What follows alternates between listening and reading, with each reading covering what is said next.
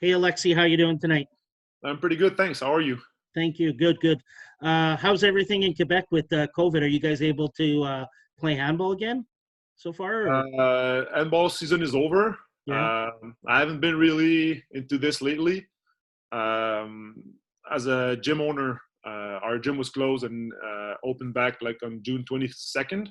Okay. So pretty busy into this, and I don't think there's anything regarding handball right now, as the No. season is over. So I think they're gonna wait till September to start over. Okay.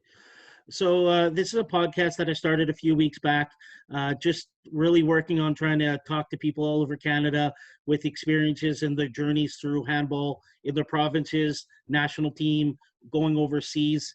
Um, a lot of people don't know what they can do with the sport if they put sacrifice and put time with the national team. So just wanting to talk to many people that I know that have had huge experiences with handball. So thank you for doing this.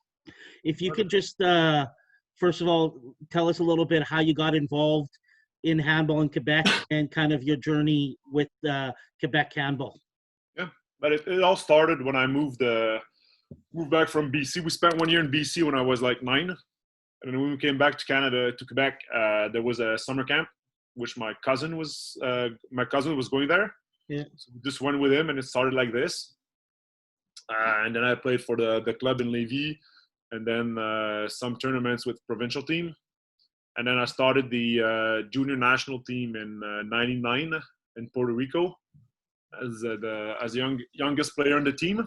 And then from there, I've been playing like nonstop since until 2015, so 16 years Yeah. as a player on the national team. In 2003, I left for France. I played 8 years over there, from like semi-professional to professional. I played mostly in second division, so 4 years out of 8 in second division. Played 1 year in first division, and then I came back and played 4 years back in Quebec, and played in 3 different Pan Am games. And afterwards, after the Toronto Pan Am games, I retired from handball. I played 1 game and 1 practice since. I just like caught. I was playing for something, at an objective, Yeah. and when it stopped, it just stopped completely. Yeah. Afterwards, I was supposed to coach the junior national team, and then JF, our coach on the senior program, retired like a couple of months after. So they sort of offered me to do junior and seniors as a transition. Mm-hmm. And then from there, started with the juniors and the seniors. But seniors were pretty young, so it was a group mainly from like 18 to 24, maybe, most of the players. So it was more an U24 than a real senior team. And then we went from a 10th place in the first Pan Ams in 2016, if I'm not mistaken, which I couldn't attend because my girlfriend was giving birth at the same moment. So at 10th place, losing like by 10 goals to Mexico, Colombia, and like 1 win, I think, 1 or 2 wins against like Guatemala by 1 or 2 goals, like even close games. 2 ended up like 2 years later, almost beating Cuba in the Pan Am qualifier, and then a 5th place at the senior Pan Ams, which was the best result since our qualification for the World Championship 2004. So with a young group, lots of talents and commitment, we achieved something pretty good. So I played on national team for 16 years, and right after went coaching for 3 years. Yeah. And then got busy at work, and 4th kids came in. So I got pretty busy, and then decided to retire because it was the involvement was way too much for what I can give. Yeah. Yeah. So just going back and starting, from what I heard, and I don't know if it's true, you were a high-level swimmer. Yeah, when I was young, I started swimming. Like I swim forever. Yeah, yeah. And then I was like, when I started high school, I was in a special programs for swimmers. Yeah. Like for 4 years, 3 years at the high school level. Yeah. And then I went to the Quebec Games, which is pretty big in Quebec. Yeah. And then I would say that at 12 years old, I was really, really good. and then I was not as good. I was still good, but not as good at 14. And then I was playing handball, a bit of basketball, and I was swimming. And you can swim, like if you're a swimmer, you're like 120% a swimmer. You can't be a swimmer and play basketball. You can't be, if you're a swimmer, you're a swimmer. Okay. And my passion for handball was too big. My friends were doing like team sports. Yeah. So I went to team sports and I played basketball. I played baseball in the summer. I was playing handball and all this stuff. So I quit swimming because we're like 5 trainings every evening, Saturday morning. And then I had to start like Tuesday and Thursday morning too. So like 8 practices, 8 trainings a week. Wow. And if you do this, then you can't do anything else. So that's where I switched to mostly handball at first, but always with a second sport. You always played a second sport. Since you were so much into swimming, what made you at that time? That was around what, 2002, 2003? When I was swimming? Yeah. Oh no, well, I handed I stopped swimming in 96. 90. Okay. Yeah. So before. So at that point, 14, I was 14. Well, at that point in Canada, anyways, we didn't really see any players go overseas for handball. What was your decision to really put your more efforts into handball more than swimming? At that time, it was mostly, as I said, mostly that if I would continue swimming, yeah, I would do only this. Okay. And I liked it, but I think I'm more of a team sports guy. Okay.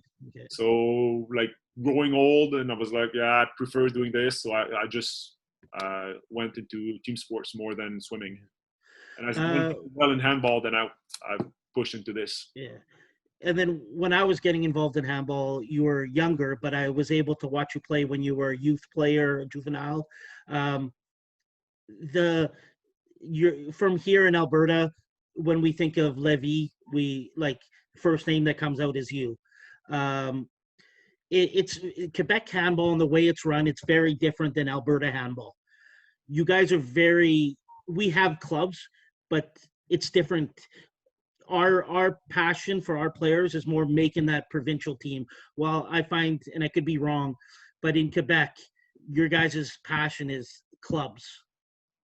Yeah, it's more clubs. Clubs is the all the development come from the clubs. Yeah. And then if you're interested or if you're a good player, then you can go to provincial teams.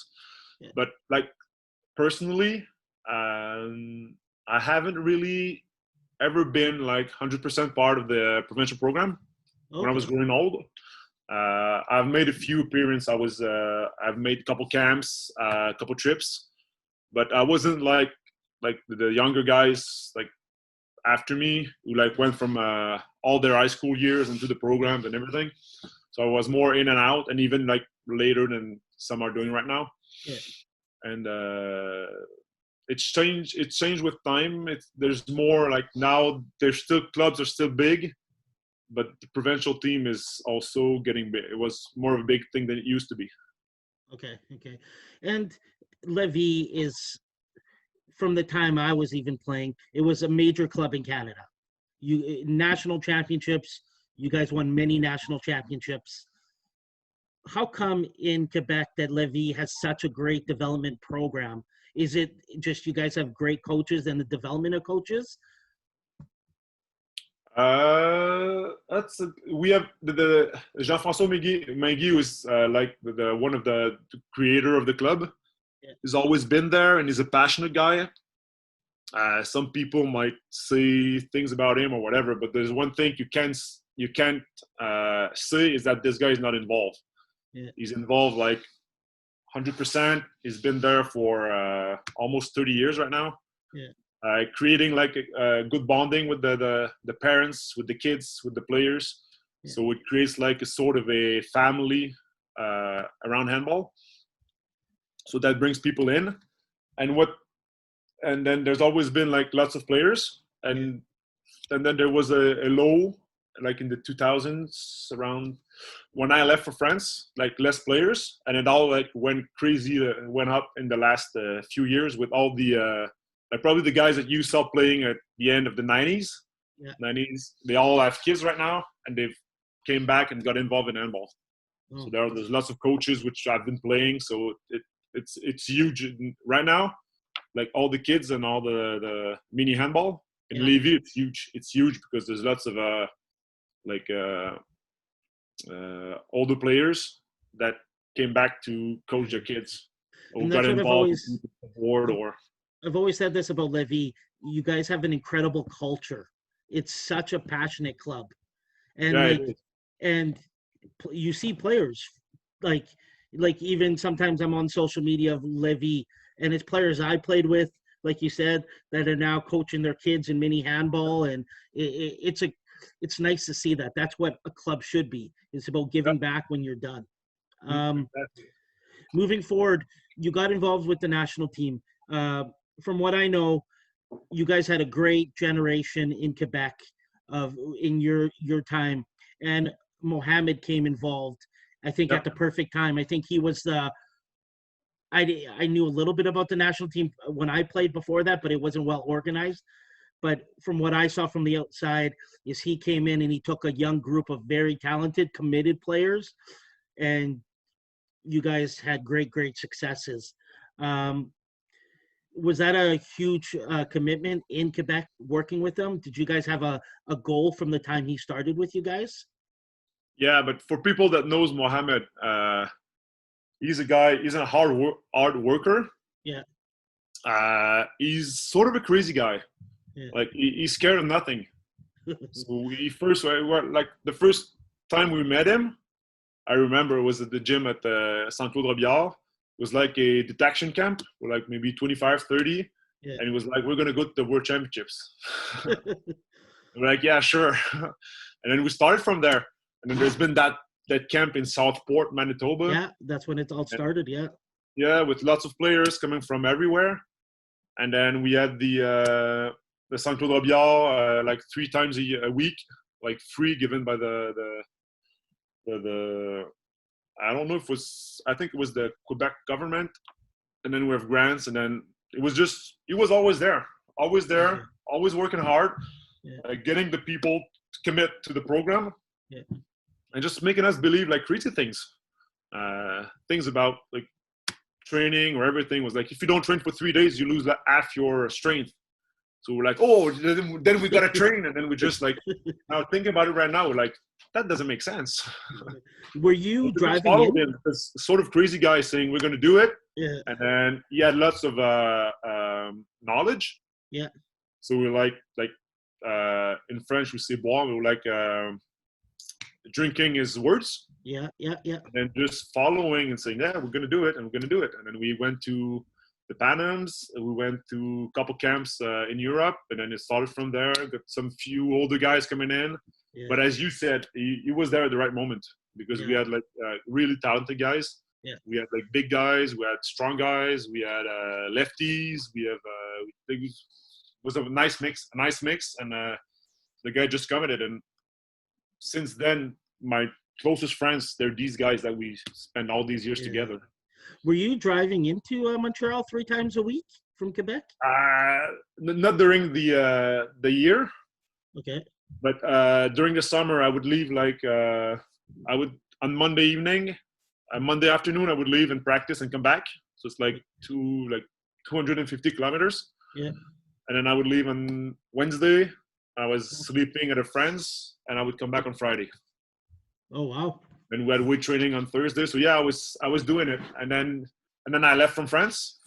So I did this for a couple of years. And then left for France. And when I was in France, there was like guys like Luc, Marcelin, and these guys that were driving every Friday to go to practice. Yeah. Was Mohamed, how did you get to France? At that point, again, the connections weren't the same, social media. You're one of the first ones to go there. How did you get to France? It all started with a dream to go abroad and play handball. And then the first time we went to, in 1998, we went to Martinique for a tournament with Michel Giguère and Roger, these guys from Quebec. Okay. They were going with the girls. And then they invited a guys team, but there were no guy teams at this age group in the Quebec Federation.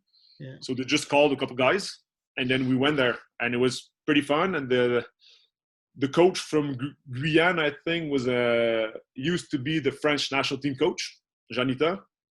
And then he just came. I had a great tournament, and then just came to me and was like, "You should go to France right now. You would be like one of the best of your generation, but you need to go right now." I was 16 at the time. Oh wow! It was like the more you wait, because the thing you need to know is, but you do know, but yeah, when I was 16 or even 15 and 14, I would say I was 6'3" already. Yeah. So when I was playing like under 16 or under 17 at the time, whatever, I was like 6'3" and 210 pounds, like. So I had a huge advantage at the moment, like just physically. Yeah. And then it was like, you need to go, the sooner you go, the best it is. The more you wait, the more you're going to lose rounds against like the French players. Yeah. It all started from there.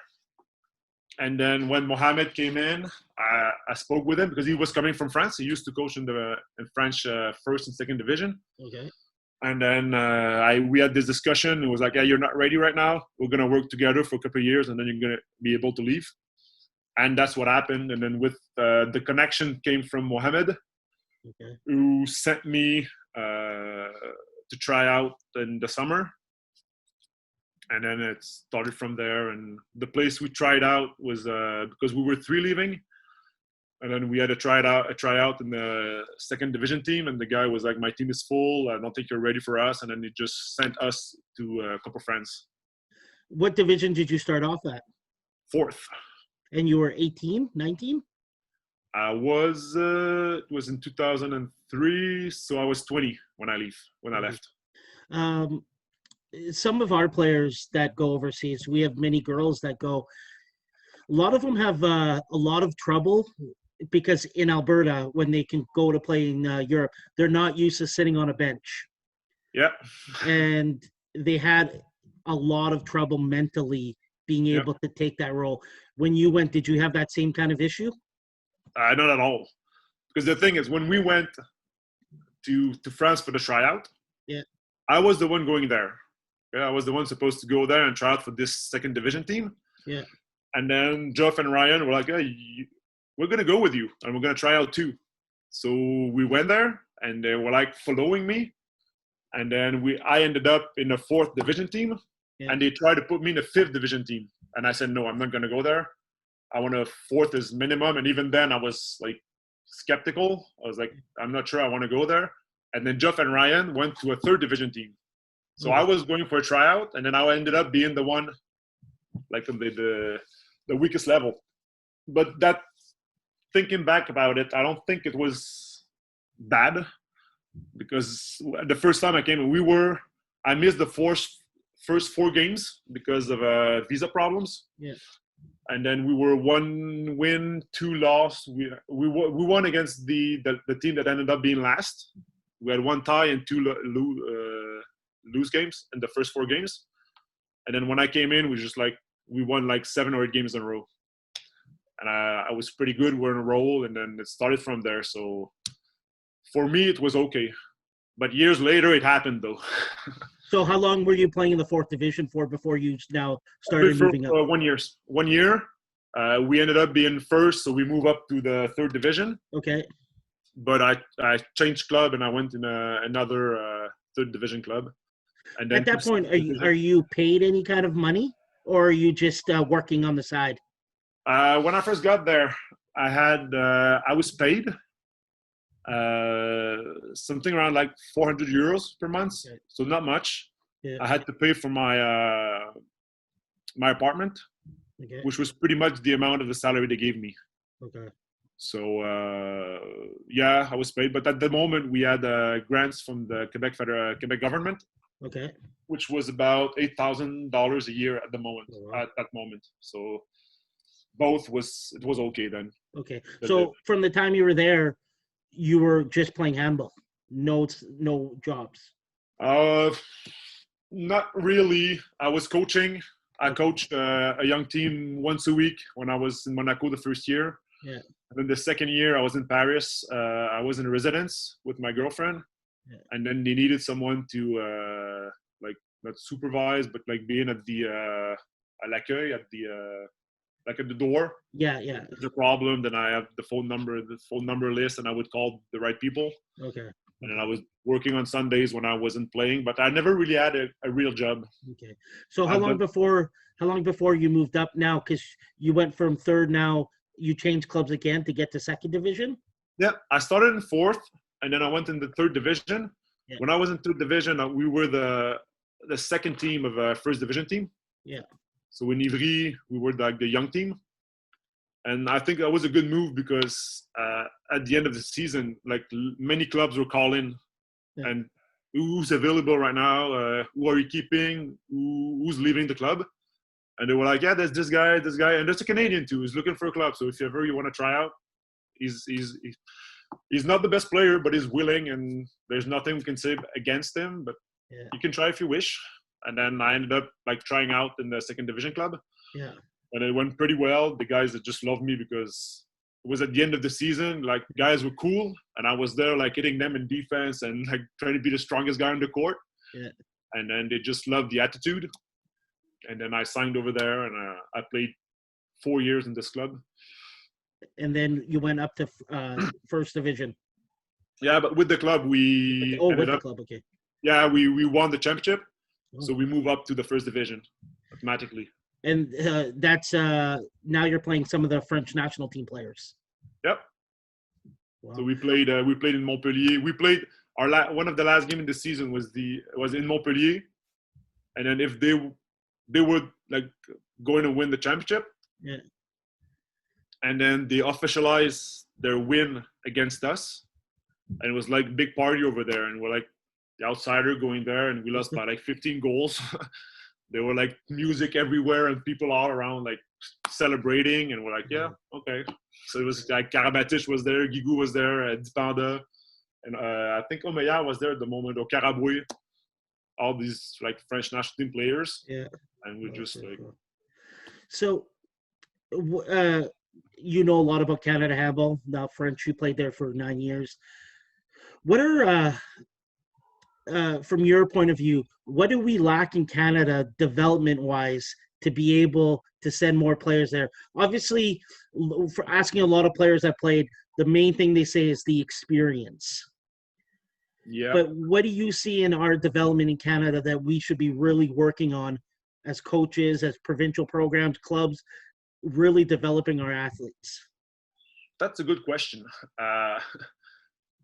First, I think there's many athletes that have potential. Yeah. That we need to develop. And one thing I've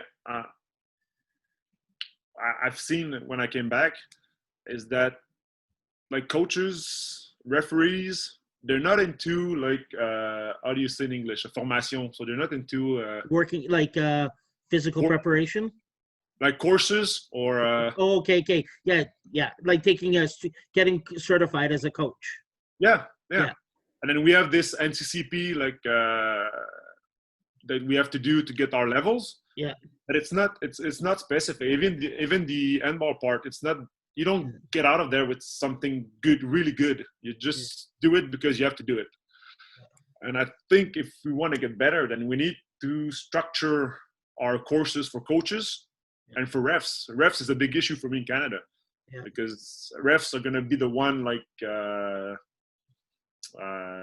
giving tempo to the games, or even like there's thing when I came back from France and I was playing here, I was like, why are you calling those things? That's not handball. And they're like, yeah, but it's in the book. I'm like, yeah, there's the book and there's the game.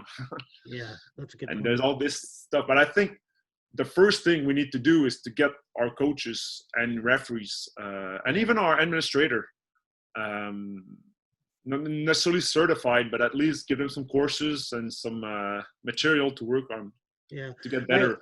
It's funny that you say that because that's a huge issue, because in the quarantine we put on many coaches courses, like live coaches from Europe in the gym where we can talk with them while they're running drills, but you don't get the mass amount of coaches that I find it too. It's I know enough, but I never even really thought of the importance like that the development is so big into the referees and coaches, the way the game is played. Yeah. Yeah. That's the first thing. And the second Yeah. thing for me, which I've been, because when I came back from France, I was technical director of the Quebec Federation for 3 years and a half. Yeah. And the big thing I try to implement and try to find a solution to is every player has to find his level. Needs to have a place to play where he can have fun. Because my first observation was like, I was coming back from France playing like first division 2 years before. Yeah. And then there was that high school. We don't have any junior category in Quebec. Okay. So the guy like playing in high school, like 17 years old in high school, graduating from his high school, if he wanted to play the year after, we would play against one another. Oh, wow. So for me, that doesn't make sense. Because if you're over 18 and you want to play like for real, then it's all together.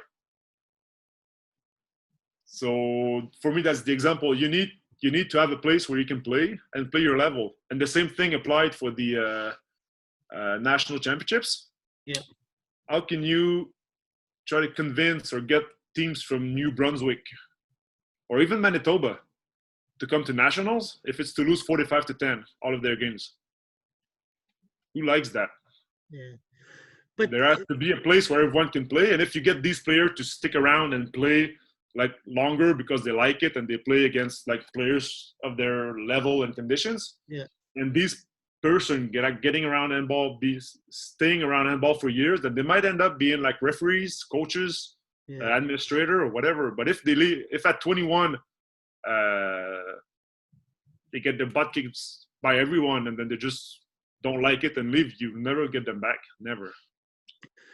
A question there. It's a good point that you brought up. So do you think, like, you're talking good points on the age for like having fun, but do you think like in the national championships, even though there's not a lot of teams, that it should be kind of Div 1, Div 2 kind of a national championships? I think if you want to develop, you have to do it. I think if you want to support like the small provinces, you need to give them an opportunity to play. So I think it's a debate that should like take place around with all the different provinces. Yeah. But I think for me personally, I think that the national championship should be open to everyone, so anyone can go there. Like because as of now, I think it's maximum 2 teams per province. Yeah. Why don't you open to everyone? So it becomes the big party for handball in Canada. And then you just split in 2, and then you have the small team. Like in Quebec, we have big clubs and small clubs. Yeah. So if a small club want to go there and play against New Brunswick and they're the same level, then they're just gonna have fun and they're gonna play. Because if you limit to top teams, then I don't see. I remember last time I saw New Brunswick in the national championships, they left Sunday at noon because we're not going to play because we're going to lose by 25 and we have 6-hour drive to do. So we're just going to leave right now. Yeah. So that's a good point. That's interesting. So I think that's a big problem here, and that's something that we should work on. Last thing about France, I don't know if it's personal or not. How come you didn't want to stay longer? Many reasons. First, if you look at the teams I've played for, I started in 4th division, then went to 3rd division, and then played 4 years in 2nd division, 1 in 1st division. And at the end of the season, it was pretty complicated, the negotiation with the club. Yeah. And my opinion is, and what people used to say at the time, is that I was a pretty good 2nd division player. Yeah. And I played in 1st division. I scored like 4 or 5 goals in a couple games. I've been awarded like player of the game once. So I could play in 1st division, but I wasn't how can I say, not stable, but I wasn't a starter. Like I don't have the status of a good 1st division player. So as you said at the beginning of the podcast, it's tough. It's tough when you play one game, play 40 minutes, and then 35 minutes, 30 minutes, and then 4 games in a row, you just don't play. Yeah. You don't really know why, but it's like this, and you can't really argue about it. Yeah. And but the big thing is I had many injuries. Okay. Like nothing big. I didn't have any like ACL or anything, Yeah. but mostly uh, like hamstrings or calves or adductors, so like muscle strains. Yeah. And then like at one time in my career, it was like I would play for 2, 3, 4 weeks, and then I would strain a muscle, and then 3 weeks out, 3 weeks in, 3 weeks out, 3 weeks in, and then it just got too tough. If I would have want to stay and keep like being a professional for years, I would have had to specialize in defense and play only defense. Okay. Only defense. And last year I was in 3rd division. They brought me in for this. They paid big money. They wanted someone to play defense as number 3. So I went over there, and they offered me to stay there. And when I went there, the president said, okay, we're going to sign you 2 years. And I was, no, I'm going to sign 1 year. You have an objective. I'm going to help you to get this objective, which was to move to 2nd division. Yeah. And I'm going to leave. I'm going back to Canada. And it was like, no. You're sure you don't want to sign 2 years? And I was like, no, I'm going to sign 1 year and I'm going to leave. And he was like, yeah, we'll see at the end of the season. When I met him at the end of the season, he was like, yeah, see now, did we convince you you're going to stay? And I was like, no. Told you at the beginning, I'm here to help you, and I'm leaving after 1 season. And then I left. Wow. Because, like, as I said, injuries. And I wasn't like, it might sound like maybe weird for guys that saw me play in Canada, but I was not, like in France, I'm not like sort of I wasn't a like natural player. Like, how can I say? I was more of a grinder. Okay. Grinder with talent, but I needed to work hard to be good. Yeah. And the problems I had physically made me like, because in France you played on the weekend. Yeah. So all week long you practice, and then you practice all week long, and you play on the weekend. And if I pushed like hard all week long, I would come at the weekend at the game, and I would be like physically like unavailable, or I would be like tired, like physically, or just like strains or things like this. Yeah. And if I would like push, like stay, and if I was like holding back, then I would be bad at the game. Okay. So I was in this situation where I had to work hard to be good, but I couldn't do it. Yeah. And if I wasn't working hard, I wasn't good. Unless I played only defense. Oh, that's interesting. And then my girlfriend was pregnant, so that's the other point. And so we decided to come back and just start raise our family here. And but it was a nice experience. Lasted 8 years, and I don't regret anything about it. Yeah, that's pretty incredible. So you came back. And again, I've always known who you are. I've talked to you here or there, but it seemed like from an outside point of view, you came back, and your priority now was the growth of handball. Because right off the bat, I just remember, I think you went back into coaching. You became technical director of Quebec Handball. I think in a year or two, you were now the junior national coach. What made you get into coaching? I always loved it. I always loved coaching. I was coaching before I left from France. For France, and then when I came back in Levis, it was sure for me that I was going to be coaching. Yeah. So I started coaching the juvenile team. Yeah. And I was a like coach player on my senior team. I was doing both at the same time, which is not ideal, but at the moment was the best scenario. Yeah. And then I got involved, like they needed a technical director because when I came back, the guy left like 1 month after. Okay. So a member of the board called me and asked me if I wanted to do it. So sure, I would like to do it. I was thinking about this when I was in France the last year. I knew I was going to come back. Yeah. I thought about how I could help, how I could like help clubs, the federation, or any ways I can help. And when they offered me this, I was like, sure, I'm going to do it. Now in 2015, you took the senior team after Pan Am Games, or a few months after Pan Am Games? Yeah, Pan Am's game were in the summer. and then the fall after, I was officially named coach of the junior team. Yeah. And then the senior team a couple of weeks after, because JF left. So we just took all the group. We took with Pat Stanley and Sebastien at the moment. We took like both teams, trying to get this young team, because as I said at the beginning, mostly U24. So we just get these guys together and try to build something for the future. At that point, obviously you have great experience. Did you, in your mind, you think you were ready to take it, set up a program? Because if people don't know, in Canada, you're not just a coach in national team. You're organizing. You have to do all the emails. You have to take care of everything.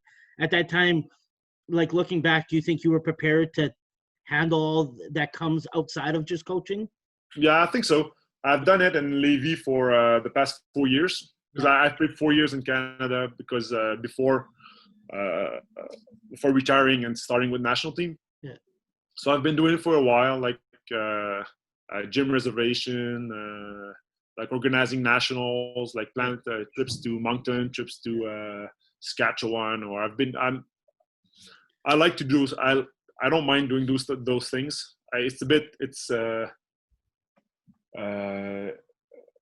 With time, it started like annoying me because it was way too much. Yeah. But I didn't really mind doing this. I was really happy to be the coach. Yeah. And I had a vision. I wanted to go somewhere. And then I would say even that at that moment, I was happy to do everything by myself. So I could do what I want to do, how I want to do it. And then the federation was just checking once in a while, just making sure everything was fine. Yeah. So they never really helped me, but never bugged me either. Yeah. So I could run the program as I wanted to run it. Yeah. And then it went pretty well. But it's not easy. For me, it wasn't really a problem. But as you might know, for many coaches, it's a problem, because they're like the best coaches ever in the gym, but people that can't do all the other stuff. Exactly. From what I know, and I mean, again, everything for me is outside and talking to players, people love the program. I never heard anything negative that came back from camps. And I think something important was that you made it clear from the beginning, you're part of the program. You don't choose to not show up to the camps. Obviously, there's things that happen that someone can't go to here or there, but you made it clear from the start. And it was almost, in my way looking at it, it was almost the same way as Mohammed started the program. It's people bought into you as a coach. People bought into, even Craig Fisher. I had a podcast with him, and he said to me, he's like, from day one, Alexis said, our goal is 2019 Pan Am Games. And we're going to do this, and this. And he said, I never even cared about the money, because we had objectives. And it never went away from that. And we knew that no matter what, the right people were going to be on the team, and you had to show up to the things. And many of them, Greg Chauvet, he pushed us to go to Europe to get better. He, you were there for them at all times. I believe you built an incredible program, and you saw it. I think the Greenland is when you really saw. You're like, whoa, okay, this team could do something special. You beat Uruguay, which Canada has. I mean, in 2015, you guys lost to them by 13, 14 goals, I think, at the Pan Am Games. Even Greenland, it was halftime was a close game. I'm pretty sure. So I believe you built. Probably the best game was the qualifier against Cuba. One goal, we were leading by 1 goal with 10 minutes to go against Cuba, which was supposed to be like going over everyone, and no close games over there. And then we just surprised them, I think. Yeah. So now building that program, the great success is obviously leaving Pan Am Championships in Greenland. Excited for Pan Am Games qualifiers. You think the team was ready for the Pan Am Games qualifiers? No. But we have a big problem. The biggest problem I was facing as a national team coach mostly was the dates of the events. Because even the Pan Am Games, you say, yeah, it was great, good results, but for me, we were not as our top potential. Why? Because in Canada, clubs, let's say in Quebec, the clubs play until the end of April, and then if you go to nationals, then you play until the end of May, 21st, 22nd of May, and then you have Pan Am Games like a month after, Pan Am Championships 1 month after. So now you have people in clubs, which are not practicing anymore, and then you can't really gather them because people, they need to work. They need to work because they don't have the money to go. Because in the ideal situation would have been after nationals, everyone together, and then we practice for months, and then we leave for the Pan Am Championships. And we can't afford to do it. So I did it with the Quebec guys where we had camp on the weekends and try to practice once like Friday and Saturday morning. And then for the qualifier was again more obvious because people were like Alpha Summer. And then we reunited like 10 days before the competition. And then as you know, as a coach, experienced coach, you know that you start the season and you have to play 10 days after two games in 3 days. And then you know that after 4 days, you have 3 players, shoulder issues, and then an ankle, a knee, and then they're just not ready. And we've done some physical preparation, but there's nothing like playing handball, getting ready for handball impacts. So you had a guy, Craig. He went back to Denmark, got in shape, but came in camps, 2 practices a day, and then his elbow just left him, so he couldn't shoot. What can you do with a guy that couldn't shoot? He said it too. He's like, he goes, after Pan Am Championships, I was on a high, and he's like, I think when the time before when we played USA, we beat them, and then we weren't. He goes, I personally wasn't ready for the US team that showed up to the Pan Am Championships. But there's one thing about this that I want to make clear with everyone. Because people are like, yeah, this US team, they're so good, they're so this, and then they got this player back, and then him, and they're so good and so much better than you were. Like, they just kick your ass. And in my head, I'm like, no, just look at the games. It's the last 5 minutes of the second half of the first game. 8 minutes. 8 minutes. We're down by 3. Or even 2 goals. 2 goals. We were behind all game. Like, we started like 2, 3, 4 goals back, 5, even 5. But we stayed there. We stayed there. 8 minutes before the end, we were back 2 goals. Behind 2 goals. We were 6-on-4 for us. And then we lost this 6-on-4 1-0, if I'm not mistaken. So from 2 down and 6 players against 4 players. When we got back 6-on-6, we were losing by 3. And then we took like 4 2-minutes in 1 minute. Then it derailed over there, and then we lost by 10 goals, if I'm not mistaken. Because I just watched the game like maybe a week ago. And I think when you went down by 3 after, you called a timeout right away. Because I think, personally, seeing it, I'm thinking you're calling a timeout to control the game.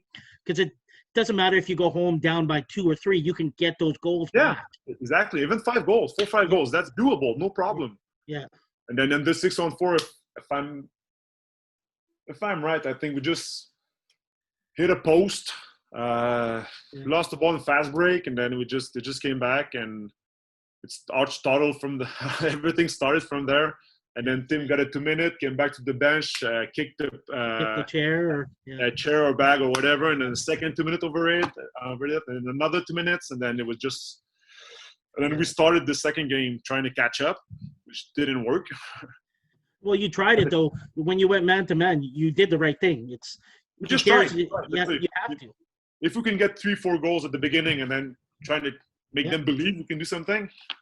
But it didn't work. But in the end, even though, yes, I know they put their second team, they got their goalie out, but even their second team was good. And we came back from -6 to tied at the end. And like people came back at the stands, they came to see me afterwards, like, "Wow, that was a great game. You're so good. You did pretty good." And I was like, "Yeah, but we lost by 10 on the overall score." And people were like just so happy to see handball. And it was like crazy. People like friends saying like, hey, my son's gonna start playing, and we didn't know it was that cool. And then, but we need these events in Canada. Yeah. How come you guys didn't go to the second chance? My second chance was supposed to be in Chile. Okay. Against Chile, and it was really a decision, not an easy one, but a logical one. Okay. If you look at the girls went to Mexico, but Chile as a girls team, with all the respect I have for what Nat did, was awesome. Oh, yeah. Qualified them because Chile is a good team. Yeah. But like nothing to do with the men's team. Yeah. And the men's team was they beat like European team. Yeah. So my point was, do you really want to spend like $2,500 to go play 3 games in Chile? Yeah. When you know the outcome is going to be 97% that you lose. It's a tough decision, but I'm that kind of guy. I believe in the work we've done. Like I said, I believed in Mohamed at the beginning. Yeah. I think I made the guys believe that we can do things when I started coaching, as you said. Yeah. But comes a moment when you just need to be realistic and say, look, guys, are we going to go to Chile for 5 days? $2,500 when we pretty much know what's going to happen. Yeah. Yeah. And exactly what happened. They played Colombia, something like that. Yeah. They win like 15 goals without even pushing. Yeah. And Colombia, we're better than Colombia, but not that much. So. Yeah. So again, I think the development in the 4 years of the players. I mean, now at that point, Greg Chauvet is playing in Europe. Craig is playing in Europe.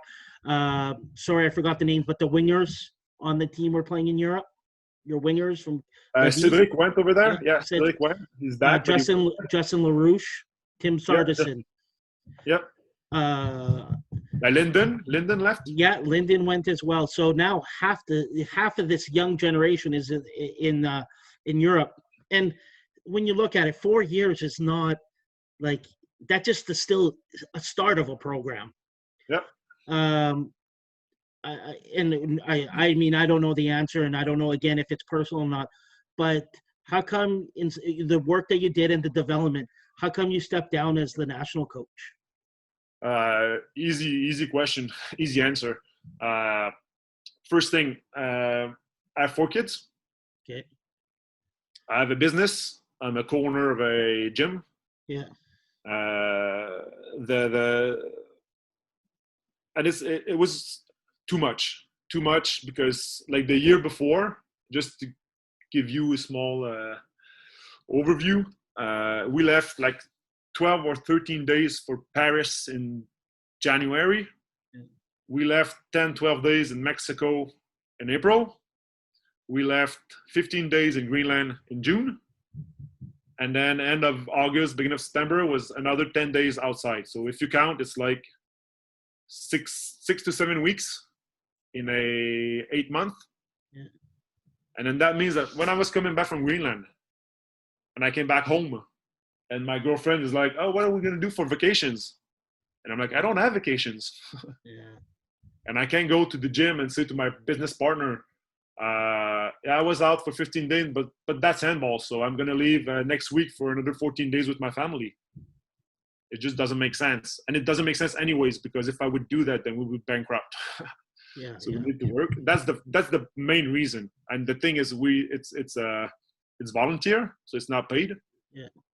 So if I would have been paid, the situation would have been the same. But at least when I leave, I have some money. Because when I was leaving the gym to go with the team, I wasn't paying myself. Yeah. Because I wasn't working, and we didn't have the money to say, you're gonna leave, then we're gonna pay you, it's fine. Yeah. So when I was leaving, it was volunteer, no salary. So that's tough. And the big eye opener, or the thing that really made me take this decision, is that the week before the game in Alabama, and in between the 2 games, my business partner was in Paris. Like a trip planned for over a year, was planned a year before. And it was like, these days I'm going to be there. And then they put the competition at that very moment. So he wasn't there. I wasn't there. We didn't have the money to pay like employees all day long, well, all the whole week. So I was going to Montreal, like doing the practice, coming back at midnight, would work in the gym until 2, and then would leave to Montreal and practice. And then that wasn't, and then my assistant would do the practices in the morning. And that wasn't the standards I set for the national team. When I first came in, I still have my book over there, not in my bag probably. And in the back page, I wrote like the things, like my commitments, my, not commitments, but how you say the commandment, like the commandments, like the Bible, like Moses in the Bible. Yeah. Was like, I'm going to this, and this. And it served as a reminder. And I would look into it like a few times a year and make sure that these commandments, I would respect. And if I don't respect them, I don't have my place over there anymore. And then the standards I set for this competition, this preparation, were not the good ones because of the situation. And in my mind, this might happen again. And if it does happen, I don't want to be the one that has to go and tell the players, yes, you played $6,000 this year to play. We did all this, but I'm not going to be there. Or I'm not going to do the things the way they should be. I'm going to do the things the way they have to be because I can't do the way they should be. And that's something that I don't want to do and I'll never do in anything in my life. So that was the big eye opener. But as I said before, even without this, it was unbearable. It was like way too much. And it just, like I said, like 6 to 7 weeks out per year, like all the evenings, like chasing tickets, hotels, organizing the trips to Mexico for the qualifiers, speaking with the Mexican Federation, organizing the trips to Greenland with the layover in Gander, the guys from Quebec coming in over there, and I was the one dealing with the organizing committee. And that's just too much. You don't have any evenings for you. You don't have any weekends for you. You don't have any time anymore because you're just organizing everything. Yeah, I mean, I didn't know all that. I thought maybe it was because you were unhappy with the results or whatever, but that makes 100% sense. I was unhappy with the results. Yeah. But the thing I did, I don't think many people know about it, but I wrote my email to Raquel and Chris Fernandez at the moment. Yeah. Before the last game. Yeah. It was on my computer. And when the game ended, I took my computer and I sent the message. And in my mind, it was clear that the message would leave whatever the outcome. Because I know myself, and I knew what was going to happen. I knew it was too much. I knew I wasn't up to the standards. But I knew that if I wait like a month, 2 months, and 3 months, it would settle down. I was like, okay, good, I'm going back. Yeah. So I sent my message right off the gym, and then I was like, it's over. That's why I believed it, just because it came so quick after it. So but that makes sense. But the decision was taken, and there's one thing that has to be clear is that I loved doing this. Mm-hmm. I really like to coach. Yeah. And it's just like circumstances that at one moment it's not doable. I would love to do what you do as a job, like being like a coach, organizing. If it would have been my job, I would have loved it, and I would still be there right now. But it's not a job. But it's not a life. It should be a job. I believe that. Again, I'm not trying to talk politics or anything, but the way that our head coaches of the senior national team need to at least be part-time and get some kind of salary. And to me, it's easy. If you just charge each member in Canada Handball like every other sport does, you have funding. And we have we have a COO, I think it's called. But there's money there that could be used to someone maybe doing some of that work and also being a coach or a technical director. But there is ways to get money to hire coaches, because what's happening is every time we get a great coach like you, after 3-4 years, exactly, they can't do it. Well, I have a life, I have a family, Yep. and it sucks because we have the players that can succeed, that can beat the USA, that can qualify for the 2028 Olympics if there's the extra spot, or make it to the Worlds because of Norca. And I think that's going forward, is that as federations or provinces, if we want to see success at the national team, we're going to have to invest some of our money in membership to see the money go towards coaches. And I agree, but as you said, we're not going to get into politics. I don't Yeah. think it's the objective of this podcast. yeah. But there has, if we want results at the Yeah. senior level, Yeah. there has to be a real policy going towards this senior team, and it has Yeah. to be the main objective. Yeah. Like it's nice to have U21, U19, U24, whatever, and it's important. Yeah. But everything that's done for the younger players has to be in an objective to get this team, because it's a catch-22 situation. Yeah. Like, we don't have results with our senior team because we're not good enough. But if we want to be good enough, if we want results with this team, we have to work the young ones. Yeah. But that this it's we don't have results, we don't have money. We don't have money, so we don't have results. Yeah. So we need to get out of this and just say, let's invest. Yeah. And we need results. We need results. And as you said, it's tough to be a national team coach. It's tough right now, and we need to find a way to get them. Even as you said, part-time would be nice. But if you are a part-time coach, then you need to be a part-time something else. Yeah. And if, let's say, Nat, for example, who was coaching the girls, she's a full-time teacher. Yeah. So even though you say, okay, we're going to give you $1,000 every week you leave. Yeah, but does it really helps? Yeah. That's true. In an ideal world, you just say, okay, Nat, you want to coach or you want to be a teacher? Yeah. If you want to be a coach, so here's $50,000. You're going to be coaching and you're going to be this and this and this. Yeah. If you just look at the US, Yeah. they hired the right person with the senior men's. Yeah. And look at what's happening. It's just crazy. Yeah. Because the guy, it's his job. He's doing what he has to do. He has time to do it. He's paid to do it. Yeah. And he has the contacts. So. Yeah. And I don't think he's working like 50 hours a week. No, I think he coaches Div 2 in Norway. I think he's coaching. Yeah, he's coaching right now, I think. Yeah, Div 2, or I think something like that. But that's where I think, we have to go, because, again, for me anyway, it's just watching the players from Alberta and the motivation they had with you. It was the first time in a while where it was, yes, I want to play for our province, our club, but my main objective is to qualify for Pan Am Games, to make Worlds, because the coach of the national team believes in it. And I think that has to go down too, because if your players, they decided that their main objective is the national team, which I think is the good objective. Yeah.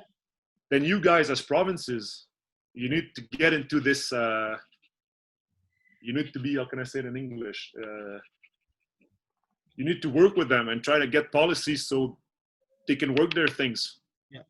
And I think it's tough for some provinces, some programs to say, okay, so our objective is not to win nationals. Our objective is not to get more memberships. It is. But one of our objectives has to be, one of our driven policies has to be that we want to help our national team players get to the higher level. And that's complicated. Yeah. It's complicated. And it was interesting. We had a meeting here about 5 months ago planning the year ahead. And someone said, Mark Gordelik, he goes, maybe we should look at it a different way. All we do is we want to find clubs and we want to find players if the club doesn't do this. But why don't we reward the clubs first if they have certain amount of players on the national team? Why don't we reward the players if they make the national team? Instead of always putting penalties on people, let's start rewarding people for doing those things. And that's kind of like we're starting to try to put that into place to be able to be like, hey, we want to see our players play on the national team. But yeah, go ahead. No, go ahead. Yeah, I was saying you need to stimulate the players. Yeah. Because one big problem is in Quebec, it's not that bad because we have the season going from October until April. Yeah. So there's like practices regular. They're practicing every week. They're playing every 2 weeks, for example, or even in the winter part, like from mid-January until March, they play pretty much every week. Yeah. They're concerned about handball like pretty much all the time. Yeah. But when I was the Super Series I organized it first. That was the objective, to get the players involved all year long, because some of your guys I think if I'm not mistaken at that time, the seniors, it was more about nationals. Yeah. So camps mostly after Christmas. And then you had the guys from Saskatchewan and Manitoba. But if Saskatchewan, they leave their provincial program after the juniors because there's nothing left afterwards. Yeah. If you can stimulate them and give them, my objective was to say that's in November and in March, we're going to have a competition with all the provincial players, like the national team pool. Yeah. And they're going to play. And then they're going to be like, they're going to say, okay, now I'm going to prepare for this first leg. And I'm going to prepare for the camp with the national team. And I'm going to prepare for the second leg. And I'm going to prepare for nationals. So they're going to be in preparation from September until May. Yeah. Instead of just like trying to get ready in 2 months for nationals. Yeah. Because you don't have, if you want to qualify for let's say the World Championships, you can't work 2-3 months a year. No. Or be motivated at least 2-3 months. Probably you have camps probably all year long, but are they really showing up, or are they really just showing up but not doing the work outside? Yeah. You need to show up like at least 8 months a year. Yeah. And if you want to stay motivated, you need to play games. Yeah, and I think it's just sometimes, like, from what I see anyways, from my job description, is that when you just work for, like you said, if you just work for national championships, it's hard to get players to sacrifice, especially at senior ages, for 9 months for a weekend tournament. Yeah, and that's why I think it was a great idea about something in November, something in February, where they have that and where they have objectives quarterly, which then it's easier.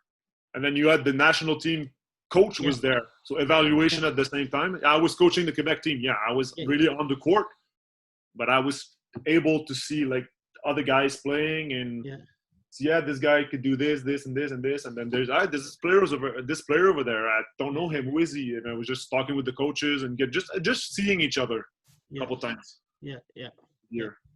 So, it's all great things, but I just think hopefully one day when life settles down that you can get back on it, because I've always said this about you is I think you're the face of handball in Canada. You're the one person that's from a long time that everyone knows. You've kind of grown up in different generations. People have known you, and you just saw it that people want to play for you as a coach, and people will sacrifice, and you have the good mentality as a coach.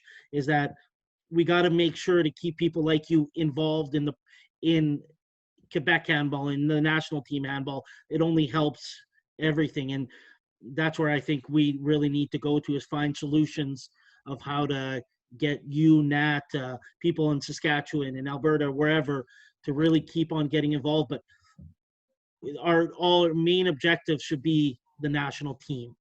And I think that's where we have to look forward to. So first, thanks for the compliment. Yeah. And then, I think we're at a point where all the circumstances are favorable or good right now. Yeah. With the IHF trophy. Yeah. At the beginning was only juniors, and then junior and juveniles, and then U24. Yeah. So that's all tournaments paid by the IHF. Yeah. So in the past, you needed to pay to get prepared. So you would go to, let's say, Europe for $200, and then you would go to the Pan Am qualifiers for $1,500, and then you would go to Pan Am's in Brazil for $2,500. But now you can be in juveniles or junior. Yeah. You can go to these tournaments and for $200, $300, $400. Yeah. So you can pay to get prepared. So you can prepare yourself correctly, Yeah. and then go to the competition. Yeah. Whereas before, like there was probably a couple players in Alberta, but the guys that went to Greece World Championships, the junior, that was awful. Linden, yeah. It was like $12,000. Yeah.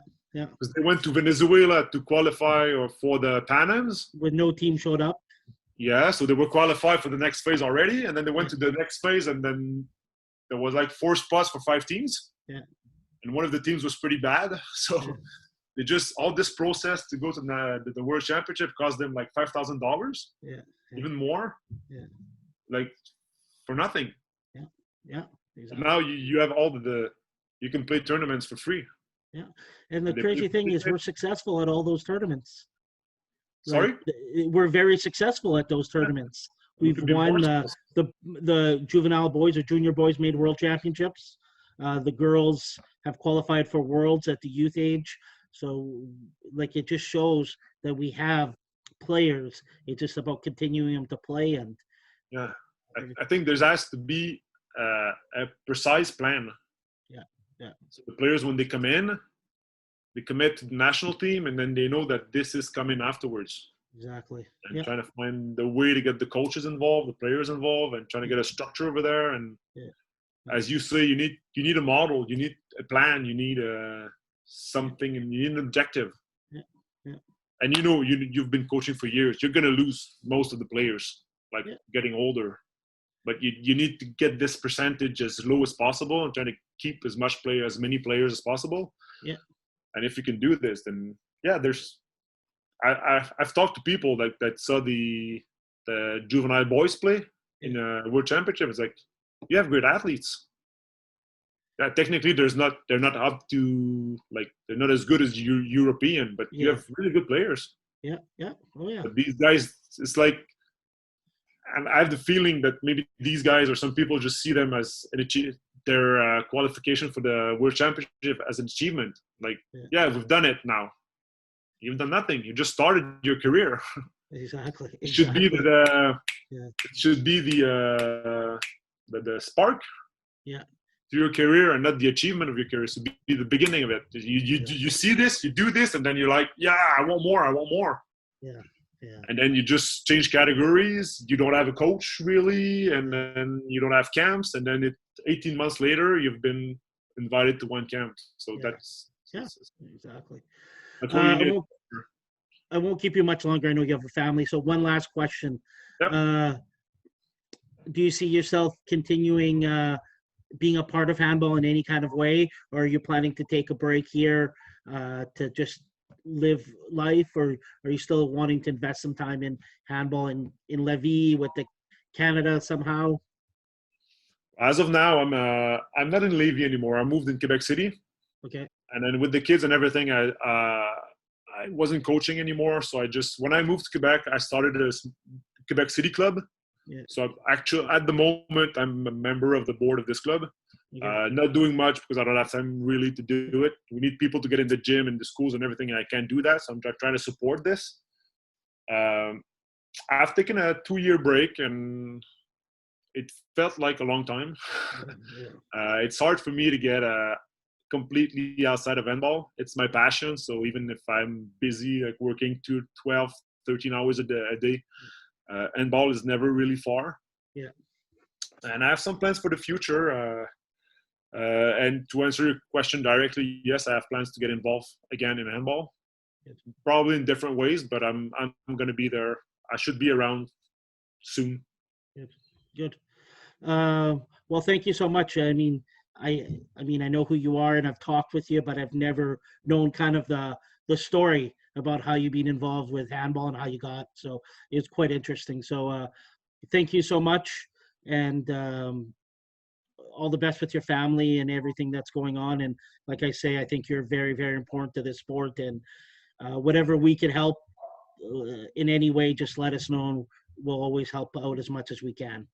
Yeah, sure. But thanks. It's a pleasure. It's a pleasure to take an hour to chat with you. And as I said, handball is never really far. So no, exactly. It's not hard to start me on handball. So once it's done, then we could talk for hours. No, exactly. Well, thank you, and we'll talk soon. That's a pleasure. Thanks. Thank you very much. Yeah, thanks.